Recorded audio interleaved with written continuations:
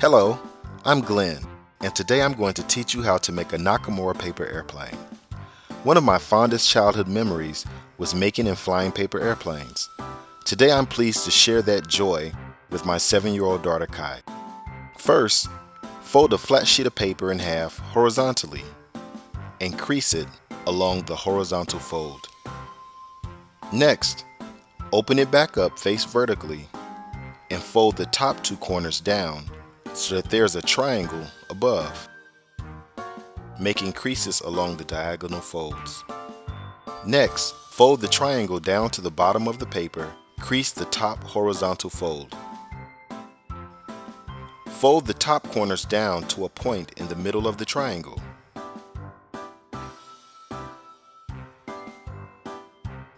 And fold the bottom of the triangle over the corners that were folded down. Fold the flaps in half and crease the bottom fold.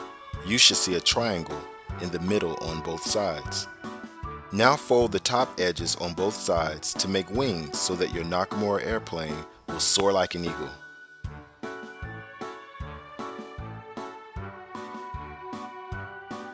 You have now manufactured a Nakamura paper airplane. Go ahead and give it a light push and watch her soar.